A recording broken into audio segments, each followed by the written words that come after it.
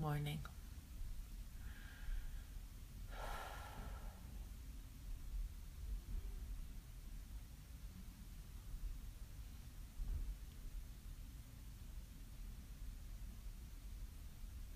Good morning, everybody. Good morning.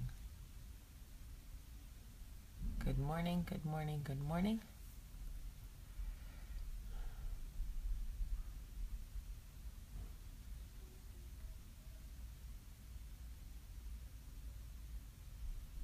Good morning and welcome to Coffee Talk.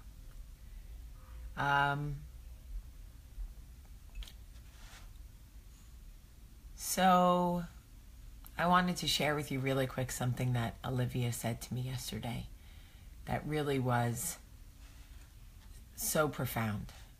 Hey, Aim.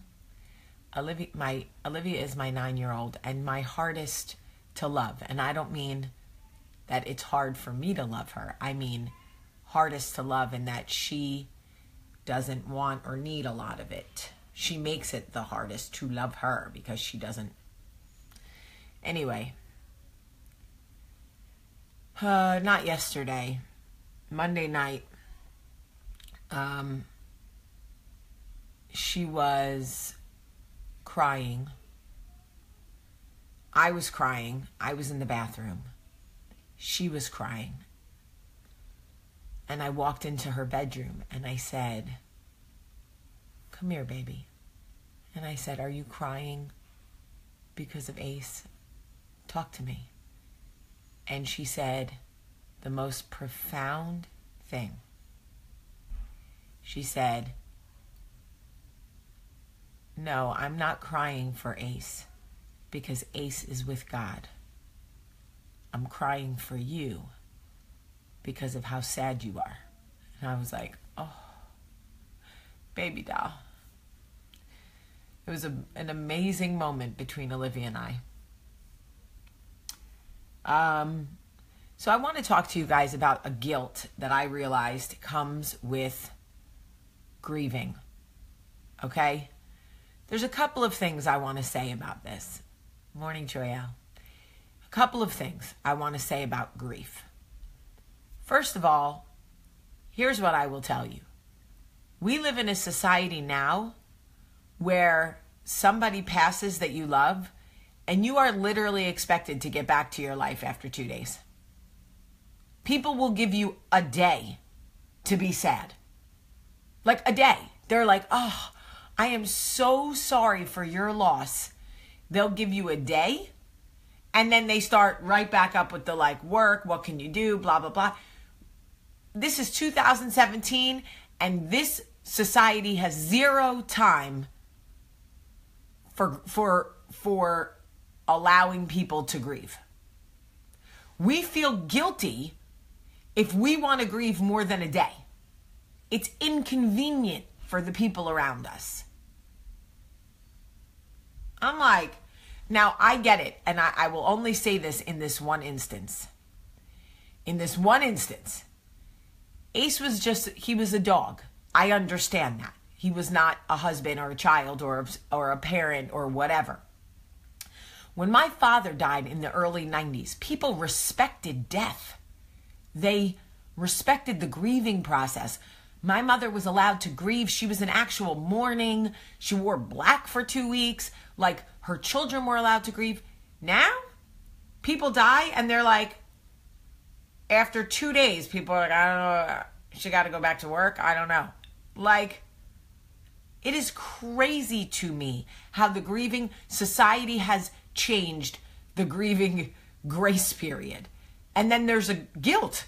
If you're still grieving after a few days, you feel like you are inconveniencing people around you. You're not. Not in this community. The other guilt, I noticed, and I put it on myself, but I'm only talking to you about it because I feel like it's real. The other guilt comes from feeling like depression is a prerequisite for mourning.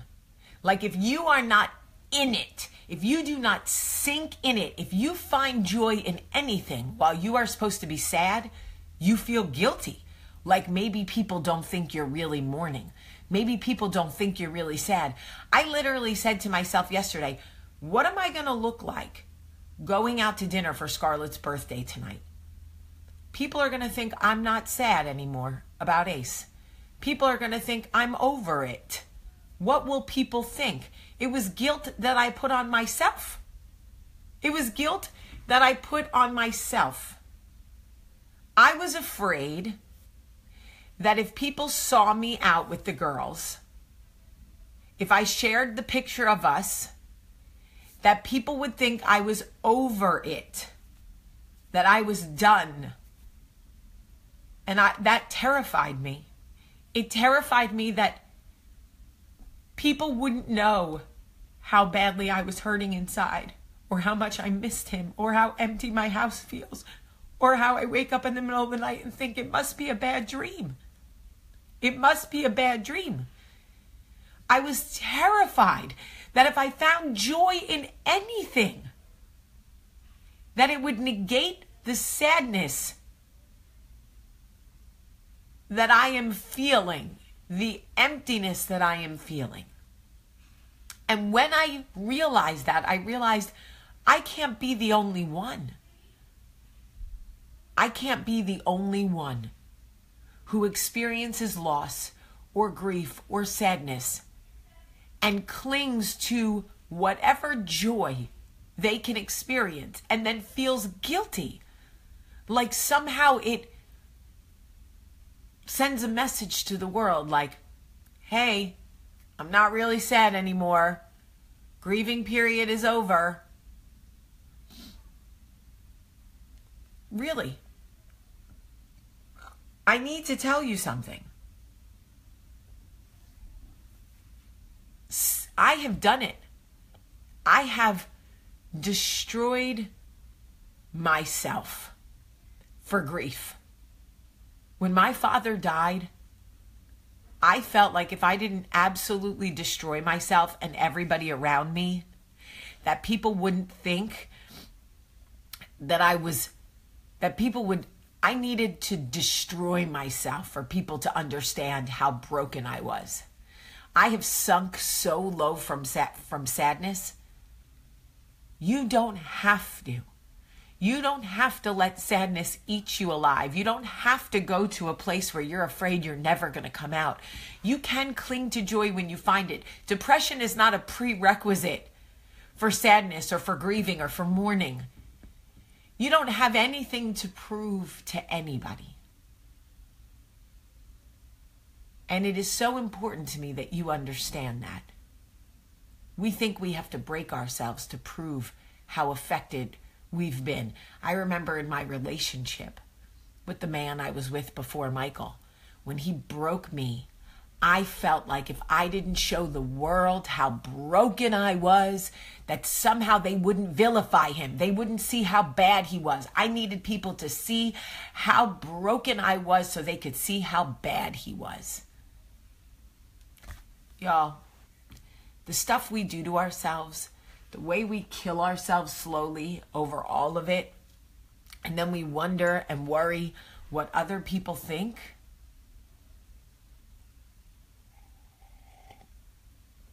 And I'm only sharing this with you because I know there's got to be somebody else who feels the same way as me, who feels like they can't mourn properly. And I'm just going to tell you, mourning and grief is very personal. The way I handle Ace's loss, ooh, that is so important. I want to know who said that. Excuse me. Kristen Silva says that she has a sick baby and she has to constantly care for that baby. And she feels guilty if she takes any time for herself, as if maybe she doesn't love that baby as much as she should, or maybe that people will think she's selfish. First of all, self-care is never selfish. Self-care is only selfish for people who don't really want to see you cared for. That is a fact. Let me say it one more time. Self-care is only selfish to people who don't want to see you cared for. And I will grieve the loss of my dog in some form or fashion for the rest of my life, because there is no way to simply get over the loss of something or someone that saved you. I will never understand why God took him from me after 2 years. I will never understand. Yes, I feel immense gratitude that he didn't suffer, that he went as quickly as he did. But I was not ready. And I am angry right now. I am angry, and I am going to be angry for as long as I need to be. But I do want to share with you that I do understand that when you are grieving, you are afraid to show anyone. You're afraid to even eat, because if people see you eating, then maybe that means you're not really as devastated as they need you to be to respect your process. And you know what I say? I'm not going to say it.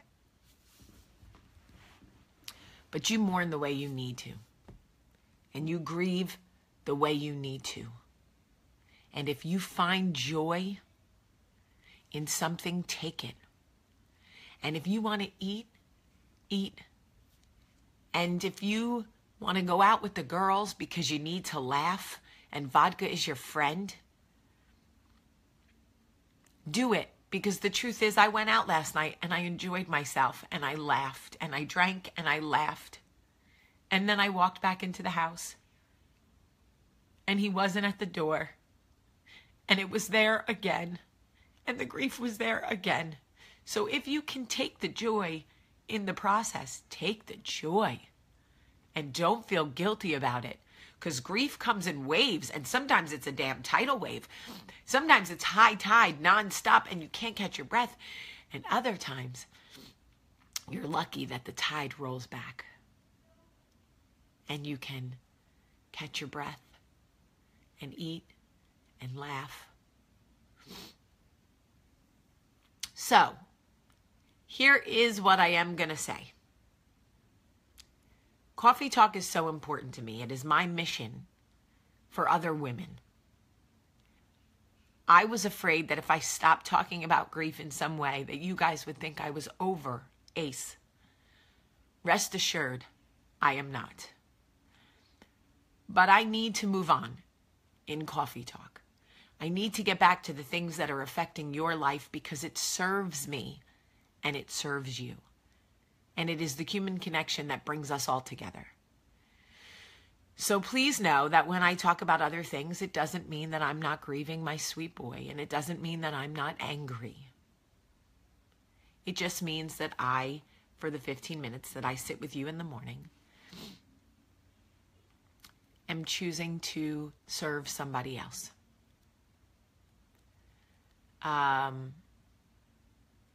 I love you guys. Wait, let me do the Wounded Warrior. Hold on. Because I cannot forget this.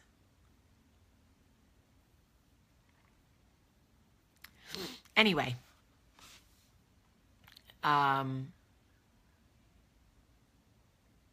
Thank you all for being here with me. I love you and I appreciate you. Thank you for all your messages. I can't respond to everyone because it's emotionally taxing for me, but please know that I am seeing them. Thank you for your condolences and for your love of my children. The way you guys love my children is amazing. How concerned you are for them and me. And for my sweet boy, because the truth is, he was our dog. I got him during Coffee Talk. You all loved him as much as I did. I appreciate that. All right. Y'all have such a great, great day today. I love you so much.